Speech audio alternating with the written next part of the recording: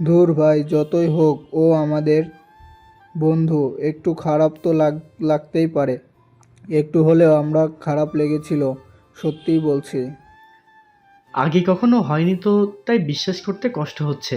যাই হোক, সব খুলে বলতো, কি বলেছিল রায়ান মুস্কানকে? আবিদ সব পায়ে টু পায়ে বলল দুজনকে। শোনার পর দুজনকেই চিন্তিত দেখালো একটু। প্রান্ত চিন্তিত স্বরে বলল, মেয়েটা যা পাগল, আবার উল্টাপাল্টা কিছু করে না বসে। ভয় হচ্ছে। আকাশ রায়ানের দিকে ফিরে ডেকে উঠল। ওই, তুই এদিকে তাকিয়ে কি দেখছিস? আমাদের দিকে ফোকাস কর। রায়ান কথা মতো ওদের দিকে ফিরে বসতেই আকাশ পুনরায় জিজ্ঞেস করল, তুই এতদিন এই ভয়েই মুস্কানের সাথে ছিলি, তাই না? যে ও ভুল কিছু করে না বসে। রায়ানের শান্ত স্বর ভেসে এলো। সবকিছু জেনে বুঝে প্রশ্ন করা বোকামি। মুস্কানকে নিয়ে চিন্তা করিস না, আপাতত ও নিজের কোনো ক্ষতি করবে না, আমি শিওর। সবাই শান্ত হয়ে গেল। রায়ান পুনরায় বলে উঠল, আব্বু তোদের নিমন্ত্রণ জানিয়েছে। কাল দুপুর বা রাতে যখন আসতে পারবি জানিয়ে দিস। আর তুই ভাবিকে নিয়ে আসিস সাথে। শেষ কথাটা আকাশের উদ্দেশ্যে বলে থামল রায়ান। একটু বিরতি নিয়ে আবিদের দিকে ফিরে শাসিয়ে বলল, আর বিশেষ করে তোর সাথে নাকি আব্বুর দরকার আছে, দেখা করতে বলেছে। যদিও গেস করতে পারছি তোকে আব্বুর কেন দরকার। আগে থেকে বলে রাখি, যদি আব্বুর কথা শুনে আমার পিছু লেগেছিস তো তোর খবর আছে, মাইন্ড ইট। আবিদ ভয় পাওয়ার ভান করে বলে উঠল, ওরে বাবা, ভয় পেয়ে গেলাম তো। এভাবে হুমকি দিস না ভাই, আমি একটা নাদান বাচ্চা, ভয়ে হিসু করে দিতে পারি। আকাশের প্রান্ত হেসে উঠল। রায়ান বিরক্ত হয়ে কঠোর চাহনি দিল। আবিদ পুনরায় ভাব দেখিয়ে তেজ নিয়ে বলল, এভাবে তাকিয়ে লাভ নেই ভাই। না তো তোর চাহনিকে ভয় পাই, আর না তো তোর হুমকিকে। আমি আঙ্কেলের সাথে আছি, যা করার করিস তুই। আঙ্কেল আমাকে ঠিক বাঁচিয়ে নেবে, আমি জানি। রায়ান আর এই পাগলের সাথে তর্কে জড়ালো না। চার বন্ধু পুনরায় আড্ডায় মশগুল হলো। বাকি দিন হাসি ঠাট্টায় ভরিয়ে তুললেও রায়ান টুকটাক কথা বলল। সময় যে কখন পার হয়ে গেল বুঝলই না তারা। রাত এখন 11টা পেরিয়েছে। রায়ান মাত্রই বাসায় ফিরল। লিভিং রুমে এসে ডাইনিংয়ের দিকে চোখ দিতেই দেখল তার আব্বু বসে আছে, পাশে তার মা। রায়ান সেদিকে হেঁটে গেল। একটু আগে তার বাবা ফোন করে জানতে চেয়েছিল সে কখন বাড়ি ফিরবে। সে বলেছিল প্রায় চলেই এসেছে, তাই হয়তো তার জন্য অপেক্ষা করছে। ছেলেকে ডাইনিংয়ের কাছে দেখে চোখ তুলে তাকালো আরহান সাহেব। স্থির উদ্দেশ্যে বলল, খাবার দাও আমাদের দুজনের। রিমি নেওয়া ছেলে আর স্বামীর জন্য খাবার এনে দিলেন। বাকি সবার খাওয়া শেষ, কিন্তু তার স্বামীও ফিরেছে একটু আগে। ফ্রেশ হয়ে এসে ছেলের জন্য অপেক্ষায় ছিল। রায়ান বেসিন থেকে হাত পরিষ্কার করে খেতে বসলো। খাওয়া প্রায় অর্ধেকের পথে। তখন আরহান বাবু ছেলের উদ্দেশ্যে বলল, তোমার জন্য একটা অ্যাসিস্ট্যান্ট ঠিক করেছি আমি। রায়ান গ্রোশ মুখে তুলে স্বাভাবিকভাবেই বলল, আমার তো অ্যাসিস্ট্যান্ট আছেই, তাহলে অন্য কেউ কেন? হ্যাঁ আছে, আর সেও থাকছে। তবে আমি অন্য কাউকে ঠিক করেছি, যে 24 ঘন্টা তোমার সাথে থেকে কাজ করে হেল্প করবে তোমাকে, আর বিনিময়ে তোমার থেকে সে কিছু শিখবে। রায়ানের কপালে দুটো ভাঁজের দেখা দিল। খাওয়া স্থগিত রেখে বাবার দিকে তাকিয়ে বুড়কুচকে জিজ্ঞেস করল। মানে কি বলতে চাইছো? আরহান সাহেব ছেলের থেকে চোখ লুকিয়ে ইতিউতি করে বলে উঠল, আমি নিশাদকে 24 ঘন্টা তোমার সাথে পার্সোনাল অ্যাসিস্ট্যান্ট হিসেবে ঠিক করেছি, যাতে মেয়েটা এখন থেকে সব কাজ শিখে নিতে পারে, আর একদিন তোমার থেকে ভালো ডক্টর হতে পারে। রায়ান বাবার কথাটা ভালো করে বোঝার চেষ্টা করল। ক্লান্ত শরীর, তার উপর মাথার ভেতর চলছে হাজারো টেনশনের ঘনঘটা। এর মাঝে বাবার এমন সিদ্ধান্ত শ্রবণ হতেই সব রাগ এসে যেন জড়ো হলো রায়ানের শরীরে। সে খাবার রেখে উঠে দাঁড়ালো। ক্রোধে তার শরীর যেন জ্বলছে। চোখের অবস্থা এখন ভয়ঙ্কর রূপ ধারণ করেছে। রায়ান চিৎকার করে বলে উঠল, সব কিছুর একটা লিমিট থাকে আব্বু। আমাকে না জানিয়ে সব সিদ্ধান্ত তুমি একা নিতে পারো না। আমি কোনো বাচ্চা নই যে তুমি আমার হয়ে সব সিদ্ধান্ত নিয়ে আমার উপর চাপিয়ে দেবে। তুমি এবার লিমিট ক্রস করে ফেলেছো। কত শেষ করে বড় বড় পা ফেলে বেসিনের দিকে এগিয়ে গেল। হাত ধুয়েই উপরে উঠে গেল ধাই ধাই বেগে। সেদিক পানে বিস্মিত হয়ে তাকিয়ে রইল আরহান আর রিমি নেওয়াজ। গম্ভীর স্বরে কথা বললেও এ প্রথম বোধহয় রেগে গিয়ে এত জোরে চিৎকার করে কথা বলল তাদের ছেলেটা। বিয়ে করতে বলায় তো এত রাগ করেনি, তাহলে এখন কি এমন হলো? রিমি বেগম ছেলে যাওয়ার পানে থেকে চোখ হটিয়ে ছেলের রাত খাওয়া প্লেটটার দিকে তাকালো। স্বামীর উপর রাগ দেখিয়ে বলল। বলেছিলাম এত তাড়াহুড়ো করো না, ছেলেটাকে একটু সময় দাও। খুশি হয়েছ তো? না জানি ওই ছোট মেয়েটাকেই এখন আমার ছেলের রাগের কবলে পড়তে হয়। আরহানবাবু কটমটিয়ে তাকালো স্ত্রীর মুখপানে, তারা স্বরে উত্তর করল। তাড়াহুড়ো করছি, বেশ করেছি। শুধু সময় নিলেই হয় না, কাছাকাছিও থাকতে হয়। আর তোমার ছেলেটা হয়েছেও তো পুরো তোমার মতো গম্ভীর, বেরসিক একটা। বলে তিনিও চলে গেলেন রাগ দেখিয়ে। রিমি বেগম সেখানেই বোকা বনে দাঁড়িয়ে রইল। তিনি গম্ভীর বেরসিক, এটাও শোনার বাকি ছিল বুঝি। রায়ান দরজা খুলে ভেতরে প্রবেশ করতেই দেখল নিশাত বিছানায় উপর হয়ে শুয়ে বই পড়ছে। রায়ান নিজের মতো ভেবেই নিল নিশাত আজ আবার পারমিশন ছাড়া তার লাইব্রেরি থেকে বই এনেছে। এটা খুব বেশি অপরাধের না হলেও তার রাগী মস্তকে মনে হলো এটা বিশাল অপরাধ। রাগ যেন রায়ানের সত্তাকে পুরোপুরি আয়ত্তে নিয়ে নিয়েছে। বাবার প্রতি রাগ, অনুরাগগুলো মেয়েটাকে দেখিয়ে যেন আরও বেড়ে গেল। রায়ান ক্রোধের বশবর্তী হয়ে নিশাতের দিকে এগিয়ে গেল। নিশাতকে কিছু বলার সুযোগ না দিয়েই তার হাত থেকে বইটা কেড়ে নিয়ে ছুঁড়ে ফেলে দিল। নিশাত অবাক হওয়ার সময় পেল না।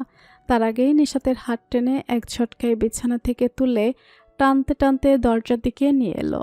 প্রচণ্ড আক্রোশে ফেটে পড়ে চিৎকার করে আওড়ালো। বের হও এই রুম থেকে। আজ থেকে এই রুমে তোমার জায়গা নেই। আমার মনে তো নয়, কোথাও জায়গা নেই তোমার। নিশাতের সারা দিনটি কেটেছে একা একা। বিকেলে অর্থি আপুর সাথে একটু সময় কাটিয়েছে। রান্নায় দুই শাশুড়িকে একটু হেল্প করেছে। এইভাবেই কেটেছে তার। রাতের ডিনারের পর একা ভালো লাগছিল না, ঘুমও আসছিল না, তাই অর্থির থেকে একটা বই নিয়ে এসে পড়ছিল। বইয়ের মাঝে এতই ডুবেছিল যে রায়ান কখন রুমে এসেছে সে টেরই পায়নি। এর মাঝে হঠাৎ তার হাত থেকে বইটা কেড়ে নেওয়ায় চোখ তুলে তাকাতে রায়ানকে দেখতে পেল। নিজে কিছু বুঝতে পারলো আর না তো রায়ানকে কিছু বলার সুযোগ দিল। তার আগেই রায়ান তাকে টেনে উঠিয়ে টানতে টানতে দরজার দিকে নিয়ে যেতে যেতে উচ্চারণ করলো। বের হও এই রুম থেকে। আজ থেকে এই রুমে তোমার কোনো জায়গা নেই। আমার মনে তো নয়, কোথাও জায়গা নেই তোমার। হাতের ব্যথার থেকেও মনের ব্যথাটা বেশি উপলব্ধি হলো নিশাতের কাছে। সব তো ঠিকই ছিল, তাহলে হঠাৎ এমন ব্যবহার করছে কেন রায়ান? সে কি কোনো ভুল করেছে? ভুল করলেও প্রথমে তার ভুলটা তো ধরিয়ে দেওয়া প্রয়োজন। নিশাতের চোখ দুটো ছলছল করে উঠল। নিজের হাতের কবজিতে ধরা রায়ানের হাতের দিকে তাকিয়ে পুনরায় রায়ানের মুখের দিকে চাইল। রায়ান নিশাতকে রুম থেকে বের করে দিয়ে পুনরায় বলে উঠল। এই মেয়ে, বাপের বাড়িতে তো দেখলাম এত এত কথা বলো, তা নিজের শ্বশুর মশাইকে বলতে পারো না আমি এই রুমে থাকতে চাই না, আমি কারো অ্যাসিস্ট্যান্ট হতে চাই না? নাকি নিজে এসব বুদ্ধি নিয়ে ঘুরে বেড়াচ্ছ? স্টুপিড, সবাই মিলে আমাকে পাগল করে দিচ্ছে। বলেই নিশাতের মুখের উপর দরজাটা বন্ধ করে দিল রায়ান। নিশাত অবাক হয়ে সেই দরজার দিকে চক্ষু নিবিষ্ট করে রইল। কী সব বলে গেল রায়ান? সে কার অ্যাসিস্ট্যান্ট হতে চেয়েছে? তবে রুম থেকে এভাবে বের করে দেওয়ায় আত্মসম্মানে লাগলো নিশাতের। সে জানে রায়ান তার সাথে থাকতে চায় না, মুখে ভালোভাবে বললেই হতো। নিশাতের চোখ বেয়ে জল গড়িয়ে পড়ল। থাকবে না সে আর এই রুমে, দরকার হলে স্টোর রুমে থাকবে, তবু এই রুমে নয়। নিশাত দরজার পান থেকে চক্ষু হটিয়ে অন্যদিকে তাকাতেই দেখতে পেল তার শ্বশুরমশাই দাঁড়িয়ে আছে করিডোরে, তার থেকে একটু দূরে। শ্বশুরকে দেখতেই আড়ালে চোখের জল মুছে নিল। ছোট ছোট পা ফেলে এগিয়ে গেল আরহান সাহেবের দিকে। নিকটে আসতেই মাথা নত করে ধীরে স্বরে জানতে চাইল, আমি কি থাকার জন্য একটা রুম পেতে পারি আব্বু? আরহান সাহেবের চোখে মুখে হতাশার ছাপ বিদ্যমান। ছেলের প্রতি তিনি প্রচণ্ড অসন্তুষ্ট। যে মেয়েটাকে তিনি বাড়ির লক্ষ্মী করে নিয়ে এসেছিল আজ তার ছেলেটার জন্যই, সে মেয়েটা একটা আশ্রিতার মতো থাকার জন্য রুম চাইছে। এটা যে ওনার জন্য কতটা কষ্টের আর লজ্জার বিষয় তাকে ছেলেটা বুঝতে পারছে। আরহান সাহেব ব্যথিত হলেন। তিনি তো শুধু চেয়েছিলেন ছেলে মেয়ে দুটো কাছাকাছি থাকুক, কিন্তু ছেলেটা যে মেয়েটাকে বের করে দিবে রুম থেকে তা ভাবেননি। আরহান সাহেব নিশাতের মাথায় ডান হাতটা রেখে প্রচণ্ড লজ্জিত হয়ে পড়ল। এমন করে বলো না আম্মু, এই বাড়ি তোমার, তুমি যেখানে ইচ্ছে থাকতে পারো। তুমি চাইলে রায়ানকেও এই রুম থেকে বের করে দিবে। নিশাত তাচ্ছিল্য করে হাসল সামান্য, তবে মাথা নিচু থাকায় আরহান সাহেবের তা চক্ষুগোচর হলো না। রায়ানকে বের করে দিলে কি হবে? সে কি পূর্ণ মর্যাদা পাবে? না তো। তাহলে? নিশাত মাথা নত রেখেই একই স্বরে উচ্চারণ করল, কাউকে আমার জন্য রুম থেকে বের করে দিতে হবে না আব্বু, শুধু আমাকে অন্যত্র থাকার ব্যবস্থা করে দিন। আরহান সাহেব পুনরায় লজ্জিত স্বরে আওড়ালো, আমাকে ক্ষমা করো আম্মু, তোমাকে তোমার অধিকার দিতে পারছি না। তবে কথা দিচ্ছি একদিন আমার ছেলেই তোমাকে তোমার পূর্ণ মর্যাদা দিয়ে তার রুমে জায়গা দিবে। কথা শেষ করেই নিশাতের একটা হাত নিজের হাতের মুঠোয় নিয়ে সামনের দিকে হাঁটা দিল। নিশাত টু শব্দ করল না। আরহান সাহেব একটা রুমের সামনে দাঁড়িয়ে দরজায় ঠকঠক আওয়াজ করতেই দরজা খুলে অর্থী বেরিয়ে এলো। আরহান সাহেব মেয়ের উদ্দেশ্যে একটা কথাই জিজ্ঞেস করলো। তোমার ভাবি কিছুদিনের জন্য কি তোমার রুমের সাথে তোমার সাথে থাকতে পারে? অর্থী কোনো ঘটনা বুঝতে না পারলেও সম্মতিতে মাথা নাড়ালো। নিশাতকে অর্থীর কাছে রেখে চলে গেল আরহান নেওয়াজ। এই বাড়িতে আরও রুম থাকলেও নিশাতকে অর্থীর রুমে রাখার একটাই কারণ, যাতে মেয়েটা কষ্ট না পায়, একাকী বোধ না করে। শ্বশুরমশাই চলে যেতেই নিশাত অর্থীর রুমে ঢুকে বিছানায় বসে পড়ল। অর্থী ভাবির দিকে এগিয়ে গিয়ে জিজ্ঞেস করলো, কি হয়েছে ভাবি? ভাইয়া কি রেগে গিয়ে তোমাকে রুম থেকে বের করে দিয়েছে? হুম। ছোট এক বাক্যের উত্তর শুনে অর্থী চুপ করে গেল। ভাবির মন যে ভালো নেই তা ঠিক বুঝলো। সে না হয় পরে জেনে নেবে কি হয়েছিল। ভাবিকে শুয়ে পড়তে বলে সে লাইটটা অফ করে দিল। নিশাত এক পাশে শুয়ে পড়তেই অর্থী বিপরীত পাশে শুয়ে পড়ল। অর্থীরও তার বড় ভাইয়ের কাজটা পছন্দ হলো না, কিন্তু বড় ভাইকে কিছু বলার মতো সাহসও তার নেই। সে নিশাতের দিকে আরেকটু এগিয়ে ব্যথিত স্বরে জানতে চাইল, তোমার খুব খারাপ লাগছে তাই না ভাবি? নিশাত এক পেশে হাসল। তাতে মিশে আছে অব্যক্ত কষ্ট আর বেদনার মিশ্রণ। প্রত্যুত্তর স্বরূপ নিশাত কেমন করে বলে উঠল, যাদের অপূর্ণতার খাতা অনেক বড় থাকে তাদের কষ্টের পরিমাণটাও কমে যায়। কষ্ট পেলেও তা কেউ দেখার বা উপলব্ধি করার থাকে না। অর্থী কি বুঝলো কে জানে। তবে পিছন থেকে ভাবিকে এক হাতে জড়িয়ে ধরল, ছোট করে বলে উঠল, ঘুমাও এখন ভাবি। প্রায় ঘন্টা পেরিয়ে বাথরুম থেকে স্নান সেরে বের হলো রায়ান। শরীর ঠান্ডা হলেও মস্তিষ্ক যেন এখনও বারুদের মতো হয়ে আছে, যেন একটু ছোঁয়া পেতেই ফেটে পড়বে। শুধু একটা ট্রাউজার পরে ভেজা শরীরে বের হয়ে এসেছে সে। মাথাটাও ঠিক মতো পৌঁছেনি। চুল থেকে জল ধুয়ে এসে শক্তপোক্ত শরীর বেয়ে তা নিচে গড়িয়ে পড়ছে। বিন্দু বিন্দু জল জমে আছে দেহের বিভিন্ন অংশ জুড়ে। রুমে এসে একটা টাওয়াল নিয়ে মাথা ভালো করে পুছে নিল। হঠাৎ চোখ পড়ল তার ছুঁড়ে ফেলা সেই বইটার দিকে। কঠোর মুখাবয়বে সেদিকে এগিয়ে গিয়ে বইটা তুলল। এটা তারই বই, কিন্তু তার ভালো করে মনে আছে বইটা অর্থী নিয়ে গিয়েছিল। তার মনে ওই মেয়েটা তার লাইব্রেরি রুমে ঢুকে নিয়ে আছে। রায়ান হাতের ভেজা টাওয়ালটা খাটের উপর ছুঁড়ে ফেলে নিজের সেই লাইব্রেরির সমতুল্য রুমটাতে প্রবেশ করলো। এই রুমটা তার ভীষণ শখের। সেও ভীষণ বই পড়তে ভালোবাসত। তাই তো নিজের স্বপ্ন পূরণ করতে এত বড় একটা রুমের অর্ধেক অংশ জুড়ে বিভিন্ন বই দিয়ে ভরিয়ে তুলেছে। এমন নয় যে সে এই রুমে কাউকে আসতে দেয় না। অর্থী, আয়ান ওদের যখন যে বইয়ের প্রয়োজন হয় নিয়ে যায়। তবে কেউ পারমিশন ছাড়া বা বাইরের মানুষ এই রুমে প্রবেশ করুক তার রায়ানের পছন্দ নয়। সেদিনও সে রেগেছিল, আর মেয়েটা বিনা পারমিশনে তার বইয়ে হাত দিয়েছিল বিধায় রেগে ওসব বলে ফেলে দিয়েছিল। তবে আজ তার কোনো ইচ্ছে ছিল না রাগারাগি করার, আর না তো বই পড়তে দেখলে সে কিছু বলতো। মুস্কানকে বিয়ের খবরটা জানানোর পর থেকে সে ভীষণ চিন্তিত হয়ে আছে। তার উপর বাবার রোজ রোজ এমন সিদ্ধান্ত নিয়ে তার উপরে চাপিয়ে দেওয়াটা তার ভালো লাগছে না। সব কিছু মিলিয়ে সে এতই রেগে গিয়েছিল যে কি বলতে কি বলেছে আর কি করেছে নিজেই বুঝতে পারছে না। মেয়েটাকে তার রুম থেকে বের করে দেওয়ার কোনো ইচ্ছা ছিল না, কিন্তু ক্রোধ যেন তার মতিভ্রম সৃষ্টি করেছিল। সে তার রাগটাকে আজও কাবু করতে পারল না। রায়ান গিয়ে লাইব্রেরি রুমে রাখা সোফাটাতে গিয়ে বসে পড়ল। মনের ভেতর কোথাও যেন একটা খারাপ লাগা কাজ করছে। মেয়েটার উপর বিনা কারণে এভাবে রাগ দেখানোটা বোধহয় ঠিক হয়নি। একবার গিয়ে সরি বলে আসবে। এই রুমে এসে থাকতে বলবে কি? না থাক, মেয়েটা দূরেই থাকুক, এতেই তার জন্য ভালো। নয়তো বারবার সব রাগ ওই মেয়েটার উপরে গিয়েই বর্তাবে। নিজের মতো ভাবনা ভেবে ওই সোফাতেই টানটান হয়ে শুয়ে পড়ল। বইটাকে তার নির্দিষ্ট স্থানে না রেখে জায়গা দিল তার বুকের উপর। মাথাটায় যন্ত্রণা হচ্ছে। এক কাপ কফি হলে ভালো হয়, কিন্তু নিচে যেতে আর ইচ্ছে হলো না। কপালে একটা হাত রেখে সেখানেই চোখ বুঝালাও। সেভাবেই পড়ে রইল সারাটা রাত। ঘুম বাবাজি তার চোখে আদৌ ধরা দিয়েছে কিনা তা ঠাওর করা গেল না।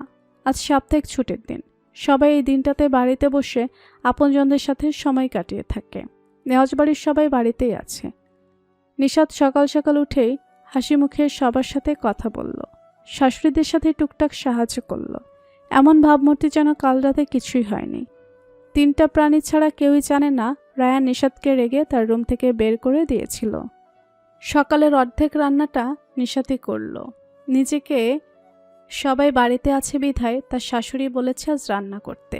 ব্রেকফাস্টে প্রতিদিনকার মতো শহরে খাবারের পরিবর্তে গ্রামের সার্ভিন টাটকা শাক সবজির আইটেম খেয়ে সবাই নিশাতের প্রশংসায় পঞ্চমুখ। তবে এসবে নিশাতের মন নেই, তার মন পড়েছে রায়ানে। বাড়িতে সবাই থাকলেও রায়ানের নামগন্ধ নেই। সে কি তার রুমে আছে নাকি বাড়িতেই নেই? ব্রেকফাস্ট করবে না? যে লোকটা তাকে রুম থেকে বের করে দিয়েছে তাকে নিয়ে ভাবা বোধহয় বোকামি। তবুও নিশাত তার কথা ভাবতেই ব্যস্ত। যতই হোক, সে তো তার স্বামী। সে শুনেছে তার স্বামীর অনেক রাগ, তাই হয়তো কোনো কারণবশত তার সাথে কাল অমন ব্যবহার করে ফেলেছে। রুম থেকে বের করে দেওয়ার ব্যাপারটা নিশাত সে কখন ভুলে গেছে, কারণ এতে তারই ভালো হয়েছে। এক রুমের মধ্যে অস্বস্তি নিয়ে দুজন ওভাবে থাকাচ্ছে, আলাদা থাকাই ভালো। তার তো খারাপ লেগেছিল, শুধু বিনা দোষে তাকে কতগুলো কথা শুনিয়ে দিয়েছিল বলে। তাও এখন ভুলতে বসেছে নিশাত। আরহান সাহেব নিজের বৌমা দৃষ্টি আর মন দুটোই বোধহয় বুঝতে সক্ষম হলো। তিনি তো ভালোই চিনে মেয়েটাকে। অনেকে প্রায় খেয়ে উঠে পড়েছে। নিশাতকে খেতে বসতে বলতেই সে আমতা আমতা করল। আরহান সাহেব ব্যাপারটা বুঝতে পেরে বলে শান্ত স্বাভাবিক স্বরে বলল, রায়ানের হঠাৎই একটা সার্জারি পড়ে গেছে, তাই অনেক সকালে বেরিয়ে গেছে বাড়ি থেকে। তুমি খেয়ে নাও আম্মু। নিশাতের মনটা একটু শান্ত হলো। কথাটি সাথী বেগমের কর্ণগোচর হতেই কিছুটা সন্দেহ হলো তার। নিশাতের দৃষ্টি তিনিও লক্ষ্য করছেন। মনে হয়েছে মেয়েটা কাউকে খুঁজতে ব্যস্ত। সন্দেহ দূর করতে জিজ্ঞেস করলো, এই নিশাত, রায়ান কি তোমাকে তার রুম থেকে ধাক্কা মেরে বের করে দিয়েছে? নয়তো এক রুমে থেকেও তার খবর কেন জানো না? নিশাত লজ্জিত বোধ করল। এখন সে কি বলবে? আরহান সাহেব ভাইয়ের বউয়ের প্রশ্ন শুনে অপ্রসন্ন স্বরে জবাব দিল, ওই খাটার ছেলেটা আমার বৌমাকে বের করে দেয়নি, আমার বৌমাই ওইটাকে ছেড়ে চলে এসেছে, বুঝেছো? সাথী বেগম মুখ ভেঙালো ভাসুরকে পুত্রবধূর হয়ে জবাব দিতে দেখে। রিমি বেগম স্বামীর পানে কঠোর চাহনি দিল, ছেলেকে খাটাস বলায়। স্ত্রীর অমন তাকানো দেখতেই খাবার ছেড়ে উঠে দ্রুত পায়ে সেখান থেকে কেটে পড়ল। নিশাতের এসব দেখে হাসি পেল, খানিকটা মুচকি হেসেও ফেলল। রিমি বেগম তা দেখতেই গম্ভীর স্বরে বলে উঠল, না হেসে চুপচাপ খেতে বসো। নিজের স্বামীকে খাটাস বলেছে, তাও মেয়ে হাসছে, কেমন দেখো। শেষ কথাটা একটু বিড়বিড় করে বলল। নিশাত ঠিকই তা শুনতে পেল। আড়ালে আর একটু হেসে চুপচাপ খেতে বসে গেল। নয়তো দেখা যাবে শাশুড়ি আম্মাও সব রাগ তার উপর দেখানো শুরু করবে। দুপুর গড়িয়ে বিকেল হতে রায়ানের বন্ধু মহল এসে উদয় হলো নেওয়াজ মন্দিরে। তবে শুধু ছেলেরা। আকাশ সাথে করে নিজের স্ত্রী আর ছেলেকেও এনেছে।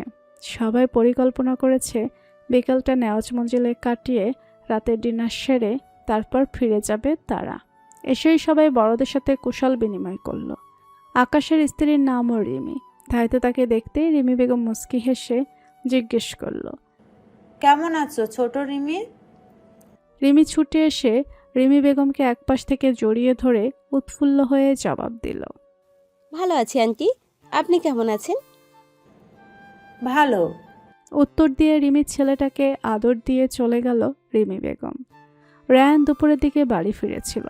বন্ধুদের আসার খবর পেয়ে নিচে নামলো। তার পিছু পিছু আরহান বাবু এলো। দুজনেই সবার সাথে টুকটাক কথা বলে সবাইকে বসতে বলল। আকাশের কোলে তার 1.5 বছরের ছেলেটাকে দেখে নিজের কোলে নিয়ে নিল আরহান সাহেব। দুই গালে দুটো চুমু খেয়ে রায়ানকে শুনিয়ে শুনিয়ে একটু উচ্চস্বরে বলে উঠল, তোমাদের মধ্যে আকাশটাই একটা ভালো কাজ করেছে। আহ, কি সুন্দর একটা বাচ্চার বাপ হয়ে গেছে। আর আমার গাধাটাকে দেখো, বাচ্চা তো দূর, এই বয়সে বৌমাটাকে মানছে না। তোমরা সময় থাকতে কেউ ভালো জিনিসের কদর করতে পারো না, বুঝেছো? রায়ান বাবার দিকে কপাল কুঁচকে তাকালো। বাকি সবাই মিটমিটিয়ে হেসে উঠল। রিমি বেগম সবার জন্য শরবত নিয়ে সবার সামনে ছোট টি টেবিলের উপর রাখলো। সবার আগে আবিতি একটা গ্লাস নিয়ে তাতে চুমুক বসিয়ে বলে উঠল, আন্টি, এসব খাওয়া দাওয়া পরে হবে, অনেক সময় আছি আমরা, কিন্তু যার জন্য এখানে আসা তাকে আগে ডেকে আনুন প্লিজ।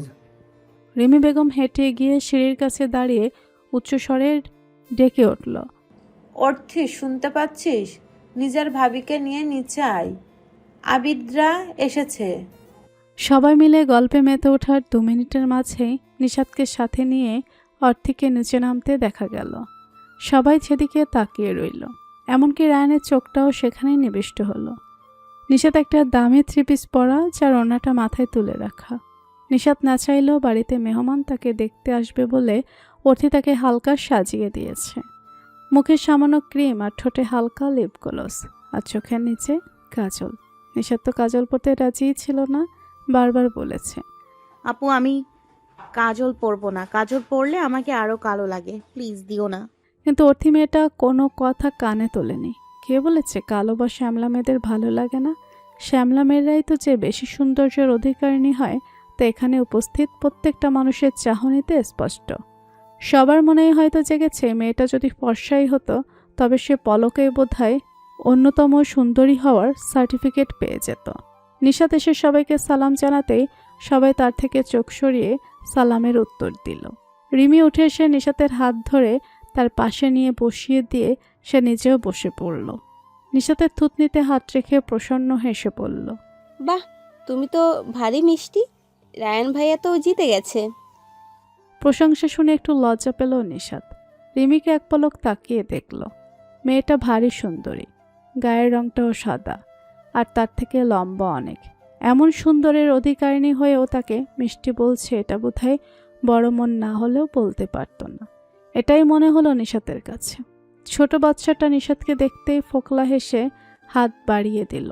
নিশাত মিষ্টি হেসে বাচ্চাটাকে কোলে তুলে নিল। রিমি আওয়াজ তুলে পুনরায় বলল, দেখলে আমার ছেলেও তোমাকে পছন্দ হয়েছে, তাই তো নিজে থেকে হাত বাড়িয়ে দিল। বাচ্চাটা ভারী গোলমলো। নিশাতের ভীষণ পছন্দ হলো। এমনিতে তার সব বাচ্চাকেই ভালো লাগে, তবে এটা একটু বেশি কিউট। এতগুলো মানুষের মাঝে থাকতে যা অস্বস্তি হচ্ছিল তাই বাচ্চাটাকে পেয়ে কেটে গেল। বাচ্চাটাকে আগলে নিয়ে জিজ্ঞেস করলো, বাবুর নাম কি আপু? আহাদ। নিশাত বাচ্চাটাকে ঘন ঘন কয়েকটি চুমু খেল। বাচ্চাটা নাকের সাথে নাক ঘষে কাতুকুতু দিল। ফলস্বরূপ বাচ্চাটা খিলখিল করে হেসে উঠল। রায়ান সেদিকে নির্নিমেষ তাকিয়ে রইল। মেয়েটাকে রাতের পর থেকে আর দেখেনি, এমনকি দুপুরে বাড়ি ফেরার পর থেকেও চোখের দেখা দেখতে পায়নি। বাচ্চাটার সাথে কত সহজে মিশে গেছে। বাচ্চাদের খুব ভালোবাসে নাকি? রায়ানের ধ্যান ভাঙতে আরহান সাহেব আবিদের উদ্দেশ্যে বলে উঠল, আবিদ বেটা, তুমি আমার সাথে এসো তো, তুমি আমি আলাদা গল্প করি। বলে তিনি উপরে চলে গেল। আবিদ আকাশের প্রান্তকে শুনিয়ে শুনিয়ে বলল, তোরা থাক, আমি আঙ্কেলের সাথে দেখা করে আসি। দেখছিস আঙ্কেল আমাকে কত ভরসা করে। তোরা থাকতেও শুধু আমাকেই ডাকলো, এটাই অ্যাচিভমেন্ট, বুঝলি? বলে ভাব দেখিয়ে চলে গেল। আবিদের কথায় ওদের কোনো প্রতিক্রিয়া লক্ষ্য করা গেল না, যেন পাগল তার নিজের মতো বকবক করে চলে গেছে। Uncle, I am coming. জলে জঙ্গলে যেখানেই যখনই দুশ্চিন্তার দেখা পাবেন আমাকে স্মরণ করিবেন। দেখবেন আমি চোখের পলকে হাজির আপনার সামনে দুশ্চিন্তাকে আমার করে নিতে। কথাটা বলতে বলতে আরহানবাবু রুমে প্রবেশ করলো। কথাটা শুনে আরহানবাবু একটু দুঃখ প্রবেশ করলো। দুশ্চিন্তার দেখা পাওয়ার জন্য আমাকে জলে বা জঙ্গলে যেতে হয় না বাবা, বাড়িতে আস্ত একটা তৈরি করেছি। আমার সেইটা নিশ্চয়ই আপনার একমাত্র ছেলে, তাই না আঙ্কেল? আবিদের উৎসুক সুর শুনে আরহানবাবুও গর্বিত হয়ে বলল, তুমি খুব বুদ্ধিমান বাবা, খুব সহজেই সব বুঝে নাও, ওই জন্যই তোমাকে আমার এত ভালো লাগে। আবিদ প্রশংসা শুনে যেন গর্বে গর্ভবতীদের মতো ফুলে উঠল। লজ্জা পাওয়ার ভান করে বলল, এমন করে বলবেন না আঙ্কেল, বাচ্চা ছেলেটাও লজ্জা পায় তো। আবিদের লজ্জা ভেঙে দিতে আরহান সাহেব কটাক্ষ করে আওড়ালো, লজ্জা কম পেয়ে আমার একটা কাজ করে দাও বাপ, কাজে সফল হলে আমি আরও বেশি প্রশংসা করব তোমার, তখন না হয় লজ্জা পেও। আবিদ এবার সত্যি লজ্জা পেয়ে গলা খাকারি দিয়ে বলল, কী কাজ বলুন আঙ্কেল, আমি এখনই করে দিচ্ছি। আরে আমার হাদারাম ছেলেটাকে একটা অফার দিয়েছিলাম, কিন্তু অফার শুনে রেগে গিয়ে বৌমাকে ঘর থেকে বের করে দিল। আরহান সাহেবের হালকা বিষণ্ণ স্বরের জবাব শুনে আবিদর স্বরে দুঃখ মিশিয়ে বলল, ঠিক বলেছেন আঙ্কেল, ও একটা হারামদারমাই, নয়তো এত সুন্দর একটা মিষ্টি মেয়েকে কেউ প্রত্যাখ্যান করে। আচ্ছা বলুন তো কি হয়েছে? আরহানবাবু সংক্ষেপে আবিদকে সব জানালো। তারপর কিছু ভেবে বলল, ও কাল এত রিয়ে কেন করলো জানি না, কিন্তু আমার ছেলেকে আমি চিনি তো, তাই আমি শিওর ও নিশাদকে কাজে রাখতে রাজি হবে। তুমি তো ওর কাছেই থাকো, তাই তুমি খেয়াল রাখবে দুটোতে যেন সবসময় কাছাকাছি থাকতে পারে। আর আমার মেয়েকে যেন বেশি বকাবকি না করে, বুঝেছো? আবিদ হালকা হেসে মজা করে বলল। সেসব ঠিক দেখে নিব আঙ্কেল, কিন্তু আপনি বাবা হয়ে ছেলের জন্য এসব করতে লজ্জা করছেন না? না মানে বাবা হয়ে বলছেন আপনার ছেলে বৌমা যেন চিপকে চিপকে থাকে। আরহান বাবু বিব্রত বোধ করল। কত বড় ফাজিল ছেলে, তাকে নিয়েই মজা নিচ্ছে। এদিক সেদিক তাকিয়ে গলা খাকারি দিয়ে হালকা রাগত্ব স্বরে বলল।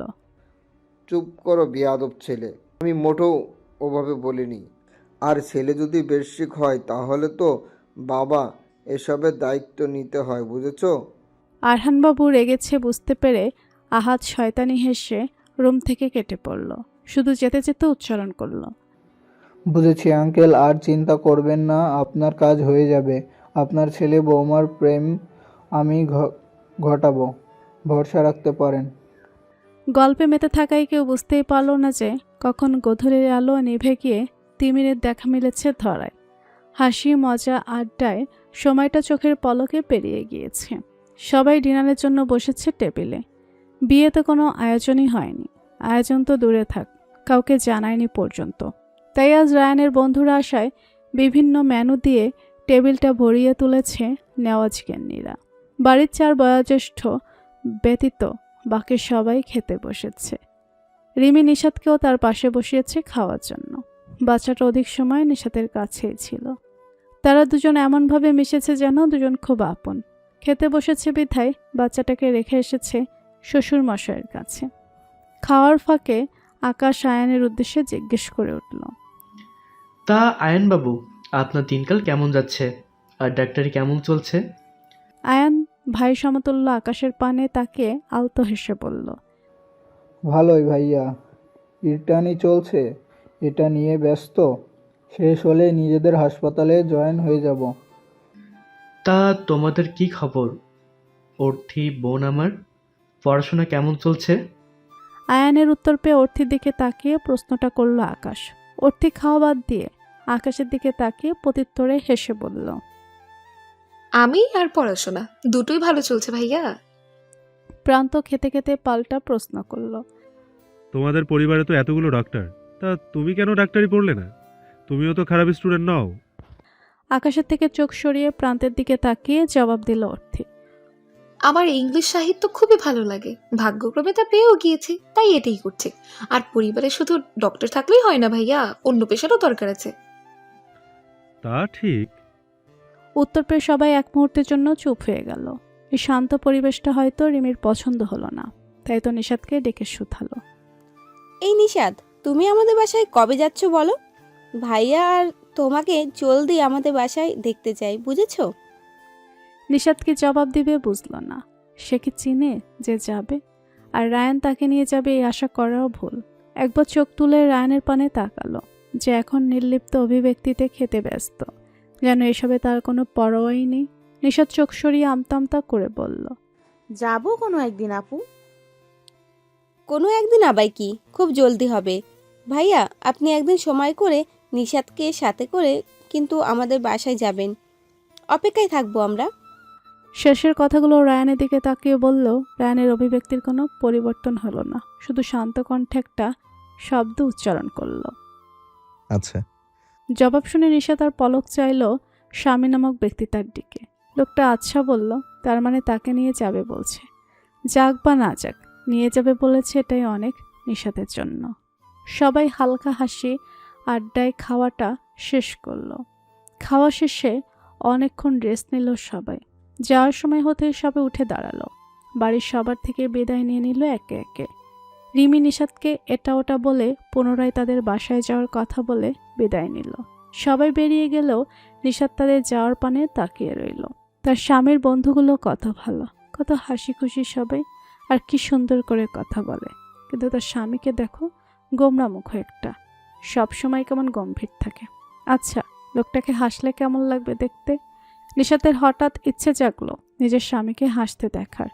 সে মনে মনে একটু কল্পনাও করে নিল। মনে মনে ভাবল, লোকটা হাসলে নিশ্চয়ই তার কল্পনার চাইতো বেশি সুন্দর লাগবে, কিন্তু সেই চিত্রখানা দেখার মতো সৌভাগ্য কি আদৌ তার হবে? কল্পিত ছবিটাকে আদৌ বাস্তব রূপে আস্বাদন করতে পারবে তো? কে জানে। ভেবেই যেন মনটা আনচান করে উঠল। নতুন একটি দিনের সূচনা। নতুন সকাল মানে সবাই নতুনভাবে তাদের পথ চলতে শুরু করে। নতুন একটা ভোর শুরু হওয়া মানেই রবির নরম কিরণে ছোঁয়া লাগিয়ে মানুষের চিন্তা চেতনাকে নতুন করে জাগিয়ে তোলা, যাতে সবাই নতুনভাবে শিখতে পারে, নতুনভাবে বাঁচতে পারে। তেমন করেই নিশাতেরও আজ নতুন পথ চলার সূচনা হতে চলেছে। নিশাত সম্পূর্ণ তৈরি হয়েই নিচে নেমেছে। প্রায় সবাই ব্রেকফাস্ট করতে বসে গেছে, কারণ সবাই এখন যার যার কাজে বের হবে। সবাই খেতে বসার কিছুক্ষণ পরে রায়ান নিচে নামলো।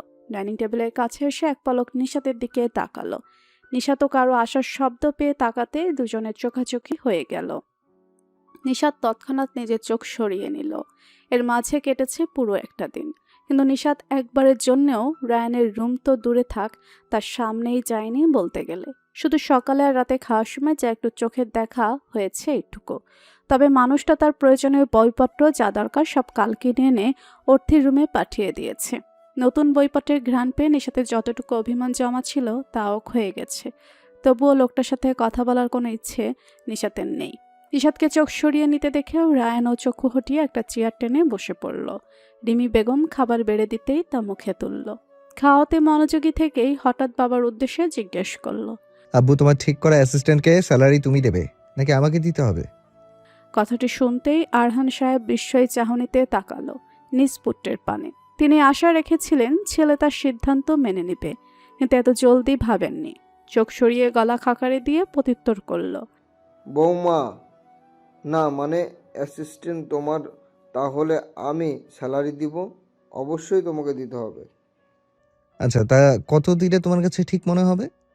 ছেলে যে পিন্স মেরে কথা বলছে তা ঠিকই বুঝতে সক্ষম আরহান সাহেব নিজেও সুযোগ পেয়ে বলে উঠল, আপাতত প্রথম মাসের স্যালারি হিসেবে তাকে একটা ফোন কিনে দিও, পরবর্তীতে তোমার যা ভালো লাগে তাই দিও।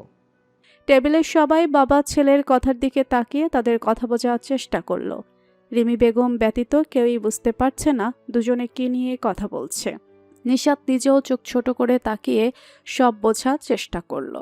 সেদিন রাতে রায়ান তাকে অ্যাসিস্ট্যান্ট হওয়ার বিষয় নিয়ে কিছু বলেছিল। রায়ানের কথা মতো তার নিজের অ্যাসিস্ট্যান্ট হওয়ার কথা। তাহলে কি তাকে নিয়ে এখন কথা হচ্ছে? তাহলে সেদিন যে রাগারাগি করলো এখন আবার রাজি কেন হচ্ছে? আয়ন থাকতে না পেরে রায়ানের উদ্দেশ্যে প্রশ্ন করল, ভাইয়া, তুমি নতুন অ্যাসিস্ট্যান্ট রেখেছো বুঝি? তোমার এত অ্যাসিস্ট্যান্ট একজন ছিল, তাহলে নতুনজন কে? প্রত্যুত্তরে রায়ানের শান্ত গম্ভীর স্বর ভেসে এলো। তোর বড় আব্বুকে জিজ্ঞেস করে নে কে সে। সবাই আরহান সাহেবের দিকে তাকালেও রিমি বেগম আওয়াজ তুলে বলল, আমি বলছি, তোমার বড় আব্বু তোমার ভাবিকে তোমার ভাইয়ের অ্যাসিস্ট্যান্ট হিসেবে ঠিক করেছে, বুঝেছো? ওটা শুনেই আয়ান খুশি হয়ে বলতে চাইল, বাহ, তাহলে তো ভালোই। ভাবি আর ভাইয়া সবসময় পাশাপাশি কাছাকাছি থাকতো।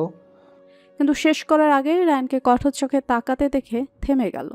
নিশাতের কাছে সব যেন এবার স্পষ্ট হলো। যে বিষয় নিয়ে এত ঝামেলা হলো সেই কাজ নিশাত করবে না, আর এই লোকের সাথে তো নাই। শ্বশুরের উদ্দেশ্যে আওয়াজ নিচু করে বলল, আব্বু, আমি এই কাজটা করতে চাই না। আরহান সাহেব চোখ তুলে বৌমার দিকে তাকিয়ে জিজ্ঞেস করল, কেন? কোনো সমস্যা তোমার? নিশাত ইতিউতি করে বলল, আমি সবেমাত্র ভর্তি হয়েছি, এখন তো আমার পড়াশোনায় ফোকাস করা দরকার, তাই না? আমি কিভাবে? আরহান সাহেব বাধে দিয়ে পুত্রবধূর উদ্দেশ্যে বলে উঠল, তোমার ক্লাস, তোমার পড়াশোনা সবই ঠিক থাকবে। ক্লাস শেষ করার পর থেকে সন্ধ্যা অবধি তুমি কাজ করবে। এই কাজ তোমার জন্যই ভালো। আচ্ছা ঠিক আছে, তুমি 1 মাস করে নাও। এর মাঝে যদি তোমার কাজ বা নিজের বসকে পছন্দ না হয় তাহলে তুমি জবটা ছেড়ে দিও, কেমন? নিশাত জবাব দেওয়ার জন্য আর কোনো বাক্য খুঁজে পেল না। এই লোকের সাথে থাকা মানে তো সারাদিন চুপচাপ থাকতে হবে আর ধমকের উপর ধমক খেতে হবে। কি করবে সে এখন? ভেবে যেন কান্না আসলো নিশাতের। তার শ্বশুর মশাই কেন এসব করছে? তার ভাবনার মাঝেই রায়ান খাওয়া শেষ করে উঠে দাঁড়ালো। সেখান থেকে চলে যেতে যেতে বাবার উদ্দেশ্যে বলে গেল, তোমার ঠিক করা অ্যাসিস্ট্যান্টকে দ্রুত আসতে বলো। ছেলের কথার মানে বুঝতে পেরে আরহান সাহেব নিশাতকে ডেকে পুনরায় বলল, নিশাত আম্মু, রায়ান তোমার অপেক্ষায়। যাও, রায়ান তোমাকে নিয়ে যাবে। নিশাতের চক্ষু বেরিয়ে আসার উপক্রম হলো। তার শ্বশুরমশাই তো বলেছিল উনিই তাকে মেডিকেলে রেখে আসবে, তাহলে এখন এই লোক কেন? যা আসাটাও এখন এই লোকের সাথে করতে হবে। ও গড! কিন্তু উপায় না পেয়ে উঠে পড়ল নিশাত। নিশাতকে উঠতে দেখে অর্থি উঠে ভাবির সাথে হাঁটা ধরল। ভাবির একটা হাত ধরে এগিয়ে যেতে যেতে হাসি মুখে আওড়ালো। অল দ্য বেস্ট ভাবি, দুটোর জন্যই। নিশাত অর্ধেক বুঝতে পেরে বলল, ধন্যবাদ, কিন্তু দুটো মানে?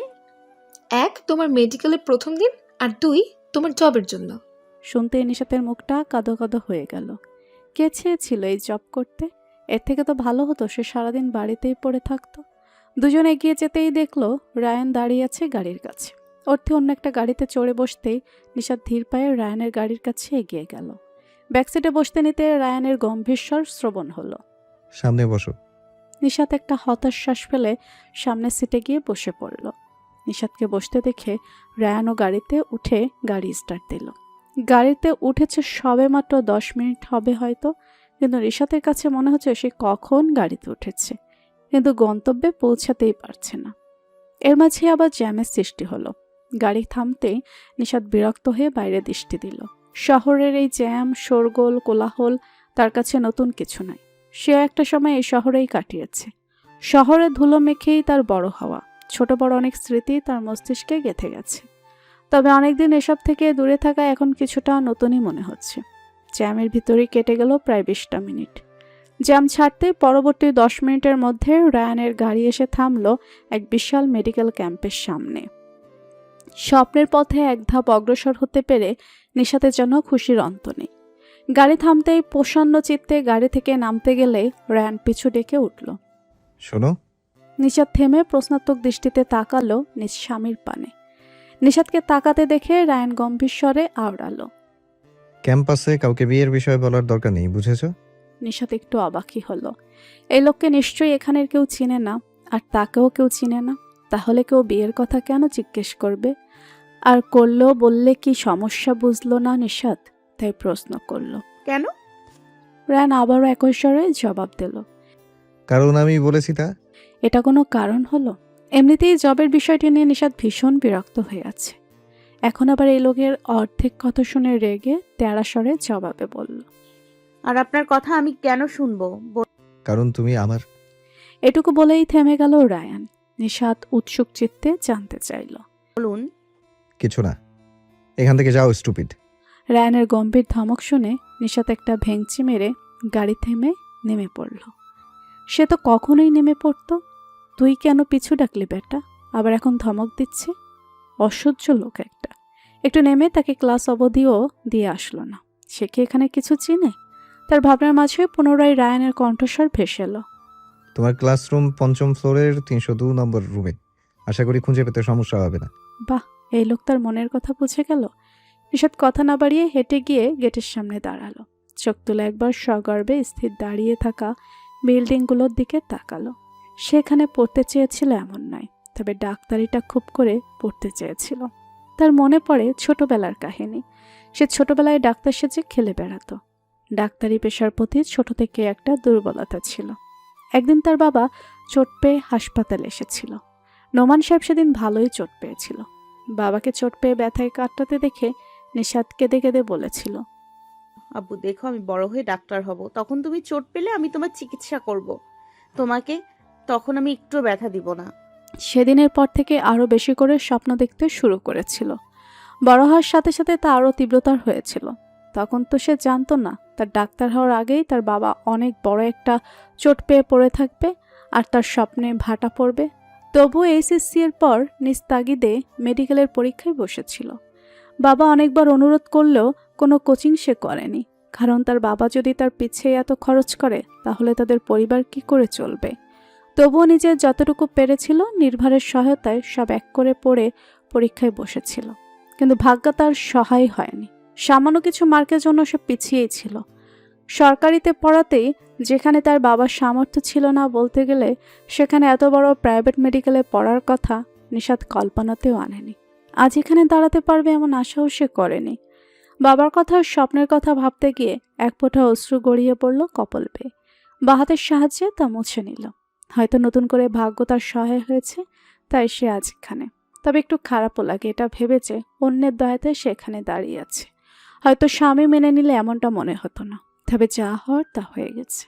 এখন এসব ভেবে মন খারাপ করতে চাইল না নিশাত। সুযোগ যখন পেয়েছে তখন নিজের স্বপ্নকে বাস্তবে পরিণত করবেই সে পথ ধরে সামনে এগিয়ে গেল। রায়ানের বলে দেওয়াতে ক্লাসরুম খুঁজে পেতে খুব একটা সমস্যা হলো না।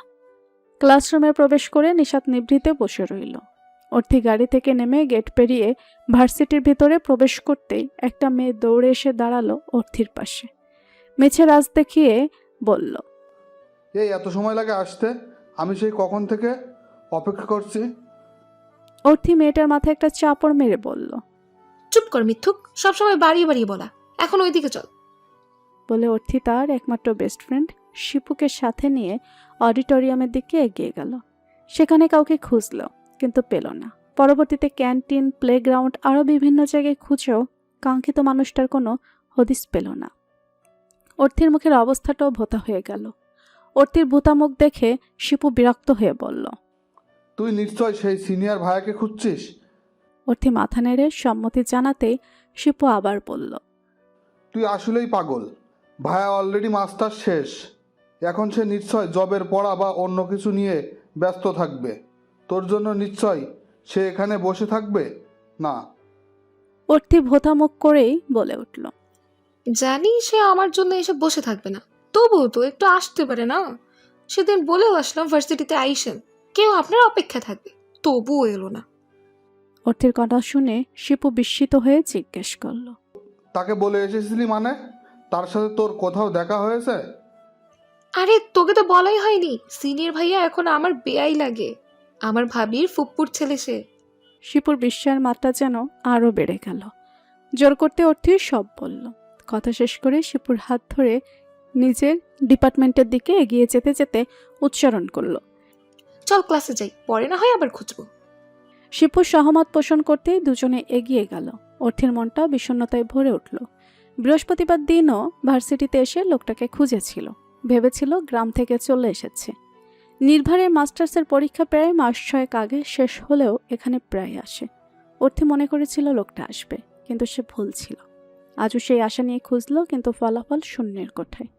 অর্থে ক্লাসরুমে ঢুকে জানালার পাশে বসে চোখ দিল বাইরে দূরে দাঁড়িয়ে থাকা একটা কৃষ্ণচূড়া গাছটির দিকে। সেদিকে বিষণ্ণ দৃষ্টি ফেলে মনে করার চেষ্টা করল তার আর নির্ভারের প্রথম দেখা হওয়ার কথা। ভার্সিটিতে ভর্তি হওয়ার পর প্রথম 2 দিন বাবা আর বড় ভাইয়ের সাথেই এসেছিল।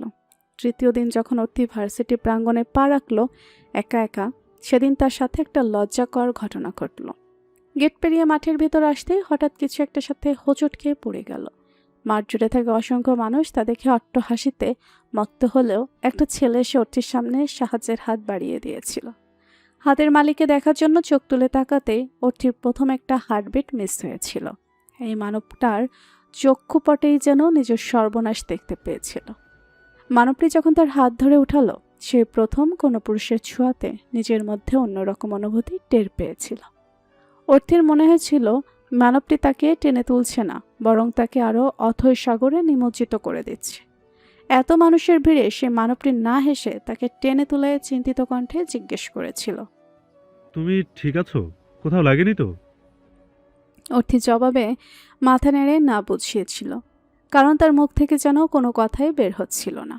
অর্থির প্রথমে বিষয়টিকে শুধুমাত্র আকর্ষণ মনে হলেও দিন যেতেই তার মনে হলো এটা আকর্ষণের থেকেও বেশি কিছু। অর্থি কখনো কারো প্রেমে পড়েনি, এটাই তার প্রথম অনুভূতি। তাই তো নিস্তাগিতে ছেলেটার সম্পর্কে খোঁজ নিয়ে জানতে পেরেছিল ছেলেটার নাম নির্ভার, আর এবার সে মাস্টার্সের ছাত্র। পরবর্তীতে অর্থি নিজ থেকেই নির্ভারের সাথে কথা বলেছে। দেখা হলেই সিনিয়র ভাইয়া ডেকে নির্ভারকে অতিষ্ঠ করে তুলেছে, আবার মাঝে মাঝে মজা ছলেও হাসিয়েছ। নির্ভার শুরুতে অর্থির সাথে হেসে হেসে কথা বললেও দিন পেরোতেই কেমন ইগনোর করতে শুরু করে, তবে সম্পূর্ণ এড়িয়ে যায় না কখনো। তারপর থেকে এভাবেই চলছে পুরো 1 বছর। নির্ভারের পরীক্ষা শেষ হওয়াতে আজকাল তাকে বেশি চোখের দেখাও দেখতে পায় না অর্থি। তাদের মধ্যে কোনো যোগাযোগও নেই, তবু অর্থি মনের মাঝে আশা বনে যাচ্ছে।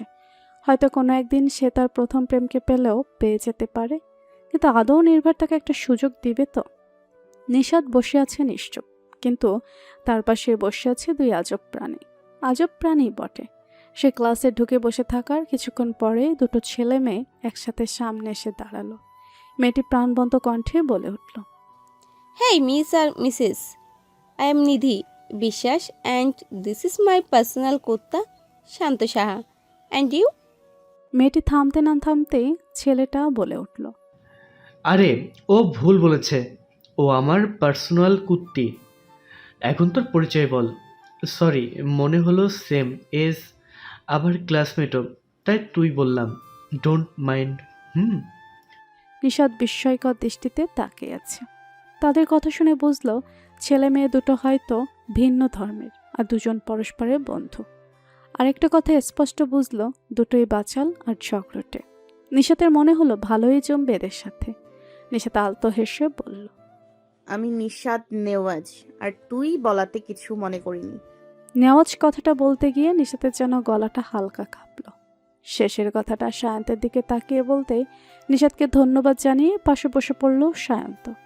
নিশাতের নাম শুনে নিধি নিশাতের অন্য পাশে বসতে বসতে সে একই স্বরে বলল, আরে তোমার নামও ন দিয়ে, এর জন্য আমরা এত জলদি বন্ধু হয়ে গেছি, বুঝেছ? আর বন্ধু যখন হয়েছি তখন আর তুমি নয়, তুই করে শুরু করি। নিশাত ভট্টাচার্য আশ্চর্য হতেও ভুলে গেল তারা বন্ধু কখন হলো। এই ছেলে মেয়ে এত অ্যাডভান্স। নিশাতের মনে হলো এই ছেলে মেয়ের কাছে কথা বলাই সে নস্যি। তবে নিজেও সম্মতি জানিয়ে চুপচাপ বসে রইল। এর মাঝে কেটেছে একটা ক্লাস, দ্বিতীয় ক্লাস শুরু হবে, কিন্তু পাশের দুটো স্যার যেতেই পুনরায় লড়াই শুরু করে দিয়েছে। নিশাতের ভাবনা চিন্তার মাঝেই স্যার ক্লাসে প্রবেশ করতেই সবাই শান্ত হয়ে গেল। সবার সাথে নিশাত দাঁড়িয়ে সামনে তাকাতেই চোখ দুটো স্থির হয়ে গেল সামনে রায়ানকে দেখে। এই লোক এখানে শিক্ষক বুঝি? কই, সে তো জানে না। সে শুনেছে তার শ্বশুরের অনেক বড় হাসপাতাল আছে, তাহলে রায়ানের সেখানে ডাক্তারি করার কথা। তাহলে এখানে কেন জব করছে? আসার সময় লোকটা একবার বলল না সেখানে কাজ করে? এই জন্যই বুঝি বলেছিল বিয়ের বিষয়ে কাউকে না বলতে। বিয়ের কথা বললে নিশ্চয়ই লোকটার ইমেজ খারাপ হবে সবার কাছে, যে এমন একটা স্বনামধন্য ডাক্তার সাথে টিচার তার মতো একটা কালো বাচ্চা মেয়েকে বিয়ে করেছে। কথাটা ভাবতেই নিশাতের মন বিষিয়ে উঠল। নিজের জায়গায় বসে চোখ রাখলো স্বামীর পানে। রায় নির্বিঘ্নে লেকচার দিতে শুরু করলো। ভুলেও চোখ নিশাতের দিকে পড়ল না। নিশাতের জন্য এতে আরও খারাপ লাগলো। লোকটা নিশ্চয়ই জানে সে এখানে, তাহলে একটিবার তাকিয়ে দেখবে না সে কোথায় আছে? এতেও বুঝি লোকটার সমস্যা। নিশাত আজগবি সব ভেবে ক্লাসটা রায়ানের দিকে তাকিয়ে কাটিয়ে দিল। রায়ানের কোনো লেকচার তার মগজে আদৌ ঢুকেছে কিনা উপরওয়ালাই ভালো জানেন। রায়ান নিজের মতো ক্লাস শেষ করে বেরিয়ে এলো। রাগে যেন মাথা খারাপ হওয়ার অবস্থা। মেয়েটা ক্লাসের সবার মধ্যে কেমন হাঁ করে তাকিয়েছিল। স্টুপিড একটা। কাল ক্লাসের পড়া না পড়লে তখন বোঝাবে তাকিয়ে থাকার মজা। রায়ানের ভাবনা রীতি ঘটাতে মুস্কান সামনে এসে দাঁড়ালো। রাগত্ব স্বরে বলে উঠল, তুই কি পণ করে নিয়েছিস রায়ান যে আমার ফোনটা রিসিভ করবি না, নাকি নতুন বউ পেয়ে ভুলে গেছিস সবটা? রায়ান আশেপাশে দেখে নিল দু একজন লোক এখনো উপস্থিত আছে। মুস্কানের দিকে দৃষ্টি ফেলে বিরক্তিকর স্বরে আদেশ স্বরূপ বলল, আস্তে কথা বলো, আশেপাশে লোকজন আছে। মুস্কান মানল না সেসব কথা, বরং চোখের জল ছেড়ে দিয়ে একই স্বরে আওড়ালো, চুপ করবো না আমি? কেন চুপ করবো? আমার কথা একবারও ভাবিস না তুই? আমার ঠিক কি অবস্থা হয়েছে বুঝতে পারছিস? তুই ফোনটা পর্যন্ত রিসিভ করছিস না, কেন তুই এমন করছিস আমার সাথে বল? মুস্কানকে কাঁদতে দেখে রায়ান নিজেকে দমালো। শান্ত স্বরে বোঝানোর জন্য বলল, আচ্ছা শান্ত হ।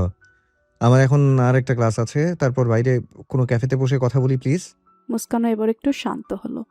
রায়ানের চোখে চোখ রেখে বলল, তুই সত্যি আসবি তো কফি শপে? আমি অপেক্ষা করব কিন্তু তোর জন্য। প্রত্যুত্তরে রায়ানের শান্ত স্বর ভেসে এলো, আসবো। বলেই রায়ান পাশ কাটিয়ে চলে গেল। তার এখন অন্য একটা ক্লাস আছে, যাতে অ্যাটেন্ড করা খুব জরুরি, নয়তো এখনই মুস্কানের সাথে কথা বলতো। তাদের কথা বলাটাও জরুরিও। কতদিনই বা এভাবে ইগনোর করে যাবে মেয়েটাকে সে? দ্রুত তাদের একটা সিদ্ধান্ত নেওয়া প্রয়োজন। মুস্কান রায়ানের যাওয়ার দিকে নিনিমেষ তাকিয়ে রইল। ছেলেটা আজকাল তাকে বেশি এড়িয়ে চলছে, যা তার একদমই সহ্য সীমার বাহিরে। নিশাত ক্লাস শেষ হতেই বেরিয়ে এলো। পেছনে পেছনে তার নতুন দুই বন্ধুও বেরিয়ে এসেছে। নিশাত সামনে তাকাতেই দেখল আবিদ দাঁড়িয়ে আছে। নিশাত হেঁটে গিয়ে সামনে দাঁড়িয়ে হাস্যমুখে জিজ্ঞেস করলো, ভাইয়া আপনি এখানে? তার মানে আপনিও এখানে জব করেন, তাই না? নিশাতের পাশের দুটো মানুষকে দেখে নিয়ে শুধু মাথা নেড়ে সংক্ষেপে হ্যাঁ বোঝালো আবিদ। মনে মনে বিড়বিড় করে উঠল, আমি একা নই, এখানে আরও একজন জব করে। মুসিবত একটা। নিধি নিশাতকে একটু পাশে টেনে নিয়ে জিজ্ঞেস করলো, ওই, এটা কে রে? চিনিস তুই? নিধির স্বরটাই বোধহয় এমন যে আস্তে বললেও তা জোরে ফুটে ওঠে। তাই তো প্রশ্নটা আবিদের কানেও গেল। সে এক পা এগিয়ে এসে নিশাতের হয়ে প্রত্যুত্তর করল, আমি বলছি, আমি এখানের একজন টিচার, পাশাপাশি টুকটাক রুগীও দেখি, তাই ডাক্তারও বলতে পারেন। যদিও নিশাতের ভাই লাগি, আমি কিন্তু আপনাদের সবার স্যার হই, বুঝছেন? স্যার শব্দটা শুনতেই নিধি আর শান্ত ভদ্র হয়ে দাঁড়ালো। আবিদ নিশাতের দিকে তাকিয়ে জিজ্ঞেস করলো, ভাবনা মানে নিশাত এই দুটো কি তোমার ফ্রেন্ড, নিশাত সম্মতি জানাতেই আবিদ পুনরায় বলে উঠল, বা তোমার প্রথম দিন এসেই দুটো বন্ধু জুটিয়ে ফেলেছো? খুব ভালো, কিন্তু এখন তাদের ছেড়ে আমার সাথে চলো। কোথায় যাবে বুঝতে না পেরে নিশাত শুধালো। কোথায় যাব ভাইয়া? আবিদ আরও একবার নিধি আর সায়ন্তের দিকে তাকিয়ে নিশাতের উদ্দেশ্যে বলল, তোমার বস তোমাকে নিয়ে যেতে বলেছে, তার অবধি।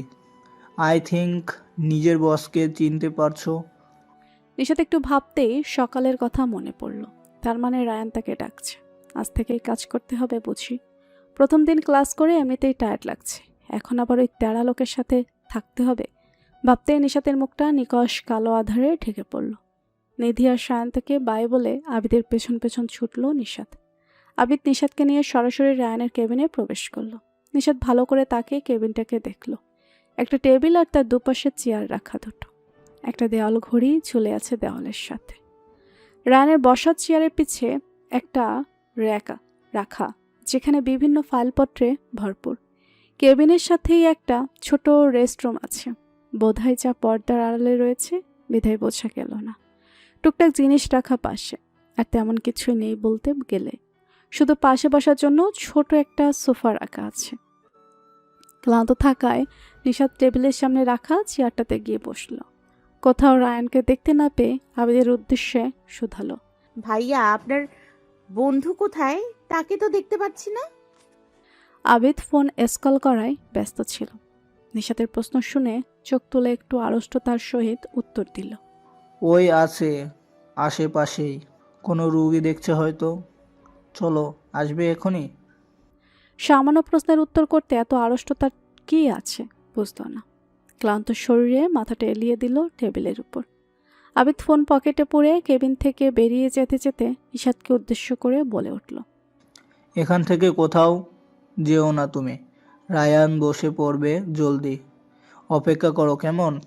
একটা ক্যাফের অন্দরে মুখোমুখি বসে আছে রায়ান আর মুস্কান। রায়ান ক্যাফেতে আসায় মুস্কান খুশিতে আত্মহারা। এতদিন রায়ানের ইগনোরেন্স দেখে সে একটু শঙ্কিত ছিল, আসবে কি আসবে না ভেবে। রায়ান একটা হট কফিতে মুখ লাগিয়ে হালকা চমক দিতে ব্যস্ত, আর মুস্কান ব্যস্ত রায়ানকে দেখতে। রায়ানের এত নির্লিপ্ত চিত্তে কফি পান করাটা বোধহয় মুস্কানের সহ্য হলো না। তাই তো হঠাৎই চোখে জল ছেড়ে দিয়ে স্বরে অসংখ্য ব্যথার মিশ্রণ ঘটিয়ে অভিযোগ জানালো, আমার কষ্টটা কি তুই ফিল করতে পারছিস না রায়ান? এই বিয়ে তুই কেন করলি? ফিরে আয় আমার কাছে। তুই তো ভালোবাসিস আমায়, তাই না? বল ভালোবাসিস কি না? মুস্কানের এত অভিযোগ শুনে শান্ত মস্তিষ্কে গম্ভীর স্বরে উচ্চারণ করল রায়ান, আমি তোকে ভালোবাসি মুস্কান। দ্রুত পদে কেবিনে প্রবেশ করল রায়ান। সম্মুখে দৃষ্টিপাত করতেই দৃষ্টিগোচর হলো টেবিলে মাথা রেখে ঘুমান্ত এক রমণীতে। ঘুমান্ত মুখপানে কিছু মুহূর্ত তাকিয়ে থাকার পর চক্ষু হটিয়ে নিজের হাতের ঘড়িটার পানে স্থাপন করল। হিসাব মতো আরও মিনিট 30 আগে ক্লাস শেষ হওয়ার কথা, তার মানে সে আসতে দেরি করে ফেলেছে। মেয়েটা তার অপেক্ষা করতে করতে ঘুমিয়ে পড়েছে। ক্লান্ত নাকি অনেক যে এইটুকু সময়ের মধ্যে ঘুমিয়ে পড়ল। রায়ান স্থির পায়ে হেঁটে এসে দাঁড়ালো নিশাতের বসা চেয়ার বরাবর। হাতে করে নিয়ে আসা একটা ব্যাগ টেবিলের উপর রেখে দিয়ে নিশাতকে ডেকে উঠল, নিশাত ওঠো, শুনতে পাচ্ছ? ওঠো। কারো ডাক শ্রবণ হতেই নিশাত ধরফড়িয়ে উঠে দাঁড়ালো। চোখ তুলে সামনে রায়ানকে দেখতে পেয়ে তড়িঘড়ি করে বলল, সরি, আপনি ছিলেন না তাই অপেক্ষা করতে করতে চোখ লেগে এসেছিল। রায়ান ভালো করে তাকিয়ে দেখল নিশাতের মুখমণ্ডল জুড়ে হালকা ঘামের আস্তরণ জমেছে। আসার সময় দেখেছিল মেয়েটি একটা হিজাব পরিধান করে এসেছিল। কি মনে করে নিশাতের কথায় কোনো জবাব না দিয়ে শান্ত কণ্ঠে আদেশ করল, হিজাব খোলো। হঠাৎ এমন আদেশের মানে বুঝতে না পেরে নিশাত প্রশ্ন জোরে দিল। কি বললেন আপনি? এবারে রায়ানের স্বর সামান্য গম্ভীর শোনালো। কানে কম শুনতে পাও মেয়ে, হিজাব খুলতে বলেছি।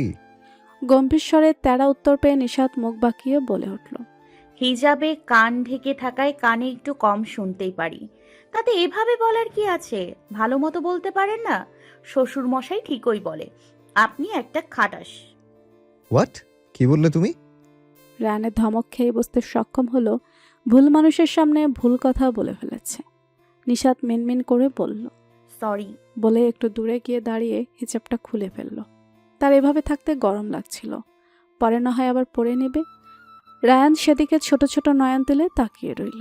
নিশাতের কাজ শেষ হতেই টেবিলের উপর রাখা ব্যাগটাকে দেখিয়ে দিয়ে বলল, এটা তোমার প্রথম মাসের স্যালারি থেকে দেয়া, কিন্তু এরপর থেকে কাজের উপর ডিপেন্ড করবে স্যালারি কত দেয়া যায়। বাহ, কাজের শুরুতেই স্যালারি। নিশাত উৎসুক হয়ে টেবিলের কাছে এগিয়ে গিয়ে ব্যাগটা খুলল। ব্যাগের ভেতর একটা বক্স রাখা। বক্স দেখে বুঝতে অসুবিধা হলো না এর ভিতর কি আছে। বক্স খুলতেই একটা অ্যান্ড্রয়েড ফোন দেখতে পেল, কিন্তু মনে হচ্ছে ভালোই দামি। শুরুতে এত ভালো উপহার পেলে তো যে কেউ কাজ করতে রাজি হয়ে যাবে, ফোন দামি হোক বা সস্তা। ফোনটা দেখতে পেয়ে নিশাতের মুখে হাসি ফুটে উঠল। আজ থেকে আর শাশুড়ি থেকে ফোন নিয়ে বাবার সাথে কথা বলতে হবে না। স্বামী থেকে প্রথম উপহার পেয়ে ক্লাসের কথা, এখানে বসে অপেক্ষা করার কথা সবই ভুলে গেল।